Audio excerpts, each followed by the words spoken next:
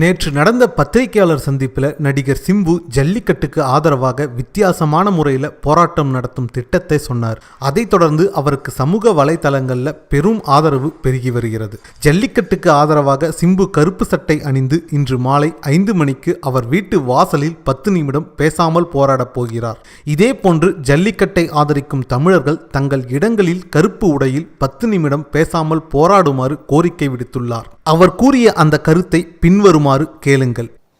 ஏன் வீட்டு வாசல்ல நாளைக்கு சாயங்காலம் 5 மணிக்கு 10 நிமிஷம் கையை கட்டி சைலண்டா, நான் எந்த பஸ்ஸையும் உடைக்கல, எந்த சவுண்டும் கொடுக்கல, எந்த பப்ளிக்கையும் டிஸ்டர்ப் பண்ணல, எந்த கொடியும் நான் பிடிக்கல, யாரையும் நான் தொந்தரவு பண்ணல,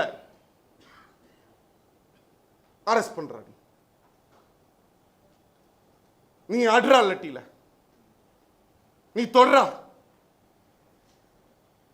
நாளைக்கு சாயங்காலம் 5 மணிக்கு உணர்வுள்ள மானமுள்ள இந்த நாட்டில் ஜல்லிக்கட்டு வேணும். நாங்க தமிழர்கள் தான், எங்களுக்குள்ள ஒற்றுமை இருக்குன்னு நினைக்கக்கூடிய அத்தனை தமிழனும் நாளைக்கு அவன் வேலையில இருக்கட்டும், வீட்டில் இருக்கட்டும், எங்க வேணா இருக்கட்டும்டா, 5 மணிக்கு ரோட்ல 10 நிமிஷம் ஒரு சிக்னல்ல 10 நிமிஷம் நிக்கிறோம்.